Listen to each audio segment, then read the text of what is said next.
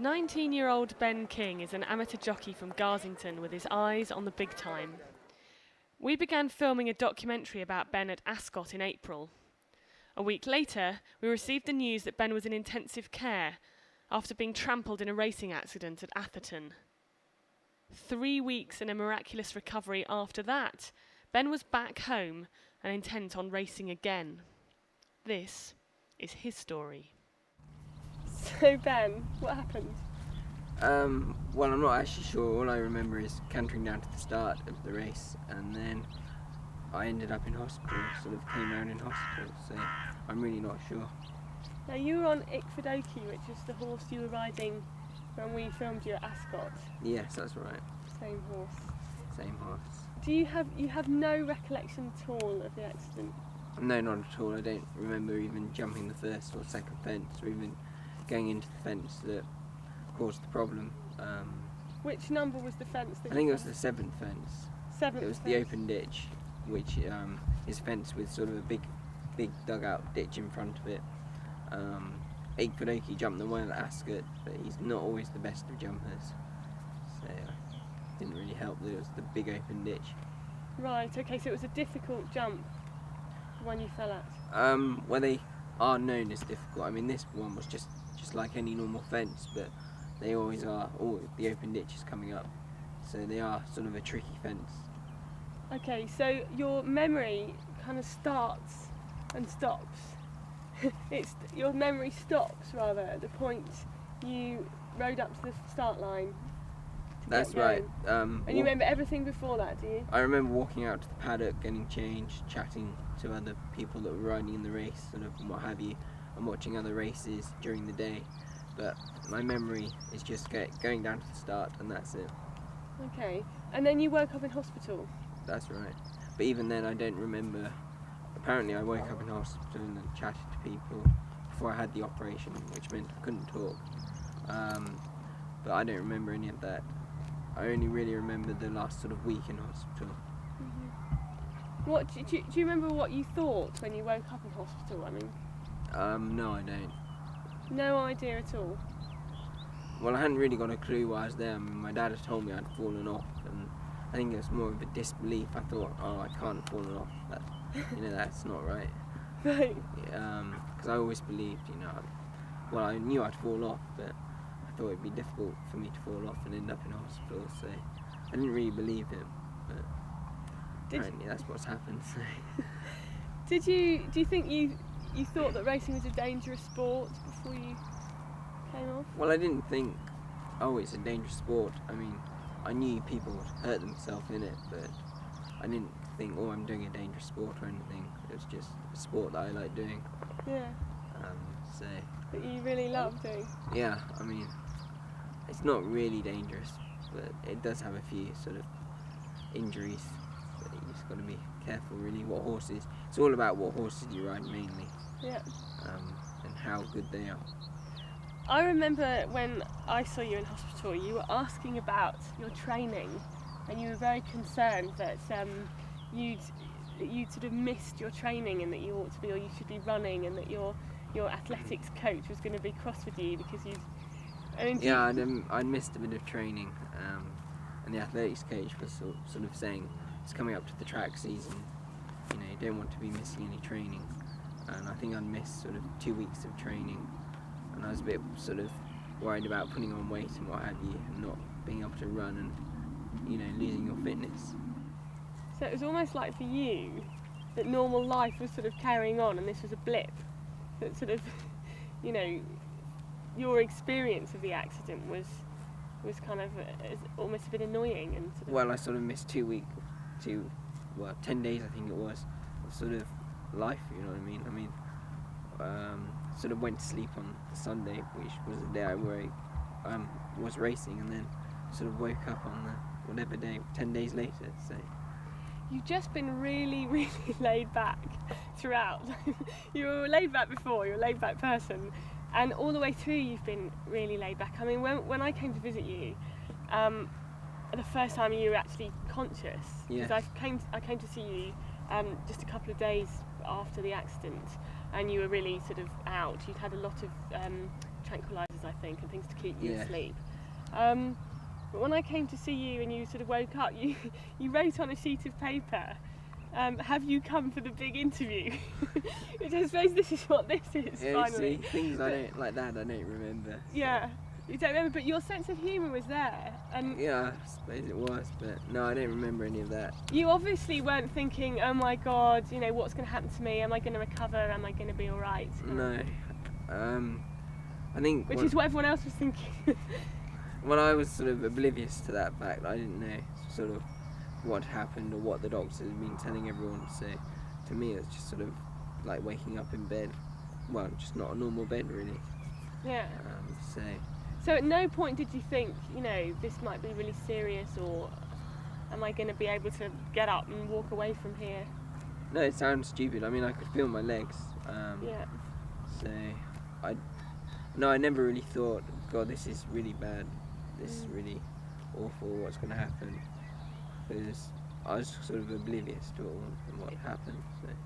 I think it's good, really, in a way, isn't it? Because I think... Yeah, I mean, the good thing is I don't remember anything about the race, so going into the fences, I'm not going to be worrying about, I'm not going to be put off by it, if you know what I mean. No, you became a bit of a celebrity, didn't you? While you were in hospital, you Wow. had sort of people phoning you up that you didn't know, kind of saying, I've seen you in the paper, like girls, young women in particular. Perhaps you don't want to talk about that. Well, I wouldn't put it like that. Yeah, I got a few people, and even now it's quite nice. I went to Oxford only a couple of days ago, and this girl walked up to me, I didn't even know, but she obviously thought she knew me, so... And asked because me she'd how it seen you in was. the paper, because you were... Well, no, I think she had seen me, and I was friends with maybe some of her own friends, but no, so it's been quite good. And didn't you get a phone call from a random girl saying... Yeah, I did in hospital. I didn't know who she was, but she obviously was. And that wasn't because you'd forgotten who she was or anything, it was because you didn't know. I didn't know who she was, no. Yeah. But she obviously knew me, or thought she did. Yeah. And because you were in the Racing Post a lot, and you were in the Oxford Times. That's right, yeah. And you had journalists phoning up and coming into hospital and things, didn't you? Yeah, I also got a lot of priests in the hospital. Yeah, that's right. So I had about, I think, 6 priests in the end come and see me. Priests. Now this is because your granny, wasn't it? Yeah, she sort of got in contact with her local priest, and then kept having lots of priests come and visit me, which wasn't okay at the beginning, but I mean, what do you say to a priest? How did you feel about the priest? Did you think that was a bit melodramatic? Or? Now I don't know, because after hearing how bad I actually was, and apparently the priest gave me what they call the last rites or something, so I don't think it's sort of too over the top now, but when I was in hospital I was thinking, wow, what's all the fuss about? Why have I got a priest bring me an ice cream? So, yeah, well... Someone did bring you an ice cream, didn't they? They brought me a McDonald's McFlurry. That's not an advert. Because what was that about? I remember... Well, I was having problems with my swallowing, and ice cream was sort of the only thing I could really eat. And that's what I always wanted. As soon as I woke up, I thought, oh, I'd love a McDonald's McFlurry. And every time someone came to see me, I'd always say, oh, you didn't bring the McFlurry then. And then one day someone turned up with one, so that they was went quite out and nice. got you a McFlurry, didn't they? They dashed down from Oxford to give me a McFlurry. And the other thing that you did while you were in hospital was eat all of these... You were told by the nurses that, because you kept bugging them for these liquid meals or something. Was that right? They're build-up drinks. Yeah, once I'd got a little bit better, one day they told me I needed to drink more and eat more. So basically I went to town on their build-up drinks and drank them out of build-up drinks, basically. They just said, stop asking, just go and help yourself in the fridge. They did, so I was able to go and help myself, and I cleared the fridge out, basically. But you drank them all. Yeah. So just before we move on, you were really pretty oblivious to how serious everyone felt your condition was. Yeah, basically. I hadn't got a clue what had gone on, how lucky I'd been. Yeah. That's it. Okay. So you mentioned earlier about the exercise, and that one thing you were concerned about was that you weren't doing your exercise, because you you ultimately would like to be a professional jockey. Yes, and I enjoy doing the exercise, just because I enjoy running, but it also helps to keep your weight down, I find. So. And that aspiration hasn't changed despite the accident. I mean, we won't talk too much about that now, but that's still where. Yeah, I still want to ride and what have you. So I've got nothing to worry about. I don't remember anything. So just like all I remember is sort of the race before I rode in. So I haven't got any worries really. And since you've come out, I mean, within 2 weeks of coming out of hospital, you were fitter than, well, your mum says you know, fitter than her. Yeah, I was doing a lot of walking. I was walking about 3 miles a day and walking up hills, because we live in Garsington. There's quite a lot of hills, so I was walking up and down hills, trying to just build myself up, build my leg muscles up. So I'd been lying in a bed for sort of 3 weeks, so I hadn't really used my leg muscles at all.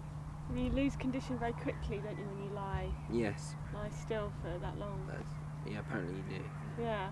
So within sort of the first, I think it was within the first 2 weeks or the first week, you were kind of walking up and down Garsington Hill. It was the first 2 weeks, yeah. Right. I was walking up and down it I started doing it sort of twice, and then just coming home, and then I stepped it up to 4 times, and then going for a walk on the flat for a couple of miles. So I've been slowly building it up. Yeah. And just started to run now, so it's all coming along quite well. So how many weeks are we now? We're coming up to 10 weeks now. 10 weeks since the actual accident? Since the accident, yes. Okay, so sort of 6 or 7 weeks since you were out of hospital. That's right. And you're running? Yeah, I'm running now, so it's all coming along quite well. Although my lung capacity isn't as big as it was, so I've got to work on that, and apparently that will come. So I can only really run for about 2 or 3 minutes at a time, which is a bit frustrating when I used to sort of run for 40 minutes, 45 minutes, and think nothing of it, and now barely lasting sort of 3 minutes. And nonetheless, if you just show the camera, you've still got this bandage. Yeah, I've still got a little patch here. And that was where you had a respirator going through, isn't it? Yeah, I had a hole down to my lungs, and that's slowly closing up now. And that was to keep you breathing. Yeah, that was to help me breathe. Make sure, because at one stage, with the damage, the bruising on your brain, they weren't sure whether you were actually going to be able to breathe for yourself. No, they weren't sure. One of Garrison is eating the rope of the other one. Do you want to? Is that not really I'll quickly grab it. So you obviously feel completely comfortable around the horses. Whoops. Unlike Louis, who's just been chased. Louis. You're not scared of the horses. You haven't got a. No, I'm not scared of them.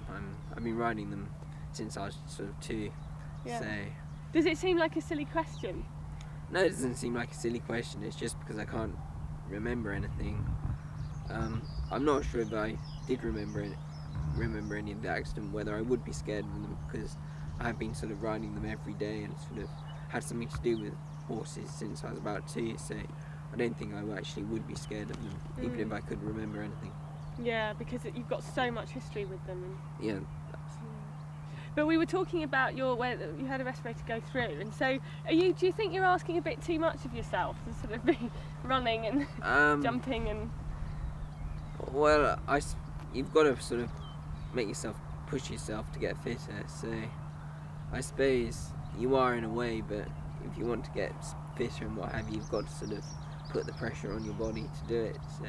Are you getting advice about how much exercise you should be doing? No, I'm not. I'm just sort of doing what I think. I basically do as much as I can until I feel tired. And at the moment, that's sort of just a couple of 3-minute runs and a run up a couple of times up a hill. Because, we've said you would like to race again. That's right. So really, I'm only really doing about, I don't know, probably 1/8 of what I used to do. So I've got quite a long way to go before I can get fit enough to ride again. So. Now you haven't ridden, have you, since the accident? No, I haven't ridden since the accident, so that'll be sort of an experience when I do. How do you feel about getting on a horse? Just jump on like normal. I won't think anything different really. Just jump straight back on. You don't think? I just hope I remember how to do it. That's the not that would be a problem, I would have thought, but it'll feel a bit weird. But it always does if you haven't ridden for a long time. So. But from what you've experienced so far, there's no reason to think that you won't be able to ride again, that you will remember, because you do remember other activities, don't you, like playing golf or... Oh, I remember everything else, so... Yeah, I mean, there's no reason why I won't be able to ride again. I mean, I know how to ride again. So, I mean, I'm playing golf a lot more now, because it's the only sport I can play at the moment, sort of properly, because most sports you sort of get me out of breath, but golf's one of those sports that doesn't. Now, if you do ride again, when do you think that might be? I wouldn't have thought that'd be till probably January, at the earliest, so fair while yet, but... Okay. Well, we'll hopefully come back and see, I mean, I know I keep pushing on this, but you're not daunted at all, you sort of, for you. No. Because I feel daunted for you, you see. Yeah. I mean, having seen you in the hospital, I'm like, when you told me, which you did, you know, a few weeks Yes. ago, at supper, that you were going to ride again, I was quite shocked. No, I'm not daunted by it, but we'll see. I mean, I'm sure there'll be a few butterflies waiting down at the start of my first ride, sort of back, but apart from that, I mean, I won't be worried by it. I think it'll just be sort of butterflies from excitement, you know, getting back to racing. So. Because it has been a huge part of your life, hasn't it? Your dad used to ride. These are your horses. Were in your field, on your family farm, and your family's been here at this farm for 200 years. Yes, is that right? something like that. They've been here a long time, so it's all horses have always been a factor. So. If it's in anyone's blood, it's in your blood. Yeah, that's right. So can't really just give it up because of one fall. Is that right? But how do you? But do you not think, you know, what if it happens again, or? No, because I look at it as a freak accident. I mean, lots of people go out and ride in races sort of week in, week out, and don't have any problems. It's just one of those unlucky things. And you don't blame the horse at all, or? No, not at all. I mean, it's just, like I say, one of those things that happens in racing occasionally. But it's just very unlucky it happened to me. Yeah.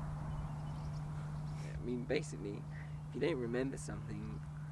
Yeah, but so many... Saying, yeah. I know lots of people be me, like, but not until it's actually, you remember it happening to you.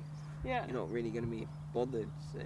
I don't know. I mean, I think a lot of people live their entire life kind of not doing things because of anxiety about something going wrong, don't they? Whereas you're the opposite of that. Something has gone wrong, but you're saying, well, you know, it's my love, it's my passion, you know, and you're laid back enough to kind of see it as a fluke. It's a little problem. Yeah. Well, I think that's what it is. Little problem. No! You see, you lying there in hospital was not a little problem. No, well, I'll be boring, and as I keep saying, I don't remember much of it, so nothing to worry about. I mean, I'm sure if I did remember being kicked 12 feet, I'd probably think completely different about it, but as I don't remember anything, I think jockey's sort of, not biggest fear, but sort of one of his worst things that could happen to him is being trampled over a horse or being kicked by them, and remembering it. How does it feel when you're on the back of the horse and you're racing? I mean, what's the kick for you? Really it's just the sort of task of being united with an animal and getting over from one side of the fence to the other.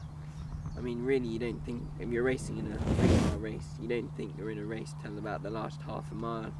Really, you're just concentrating on getting over the fences. I mean, really, it's just working with another living animal. It's not like riding a motorbike where, whatever movement you do is going to affect it. A horse has its own brain. It can, in a way, do what it likes. So, just sort of that element of not knowing quite what might happen. The horse might jolt out of the side of the fence, or anything. Now, when I ride a horse, come on, go Is he back. being a pain? Good boy. When I ride a horse, because I'm not that confident or I'm not that experienced. The horse can pick up on that, and it's sort of a question of almost bravado, almost kind of showing the horse that you're not scared even if you are. Now, obviously, you're at a totally different level, and you're not anxious about controlling the horse when you get on it, or perhaps you are, but it must be very different. Well, really, you've just got to remember that horses get up very uptight if you start pulling them in the mouth. Even if they're sort of trying to get away from you, the worst thing you can do is sort of pull them in the mouth, because their reaction is to sort of run away from this sort of pain that's been pulling them in the mouth. So really, it's sort of against your instinct. You sort of learn how to do it. You basically just got to sit there and make sure you don't pull against them, and you've got sort of what they say in racing is nice and soft hands. So you don't pull against them. You're not fighting them. You basically just sit there and drop your hands and relax. If you stay relaxed, the horse will be relaxed. So how fast are you going? You're going about 25 to 30 miles an hour, roughly, throughout the race. So it's fairly quick, although it doesn't always feel very quick. It almost feels like you're going into slow motion sometimes. Does it? Especially going into a fence. When you see it on TV, it looks like they just go straight in and over the fence, but when you're actually riding, it feels quite a slow process, the last few strides and actually taking off. Is that because you're thinking about it so intensely, do you think? I suppose because you're concentrating on it, yeah. I mean, that's probably one of the reasons why. But you don't really think intensely about every fence. You might think on the last two, but really it's just concentration. I suppose you're focused on getting over the fence. Mhm. And what are you thinking at that point? What are you thinking? Are you thinking? Maybe you're not. I think you probably are, but it's sort of not one of those thinkings that you actually remember. You're just sort of hoping the horse comes in on the right sort of stride and takes off, and you get a nice jump. I mean, the worst thing is that when you jump the fence badly, going into the next fence, if the horse is a bit of a dodgy jumper, you always think, oh, is he going to get over this one okay? And it's always sort of quite a nice relief when the horse actually jumps it well, when he's jumped the fence before that really badly. So Okay, so you're actually, during the few minutes of the race, you're experiencing quite a lot of different emotions. You're sort of a bit annoyed when they jump badly, and then relieved again when they jump well. That's and right, sort of yeah. It's going up and down, and so perhaps that's why it feels like a longer time period, because you are going through these emotions. Until what happened to you, which was basically wipe out, and you just I just don't remember it. So that was it.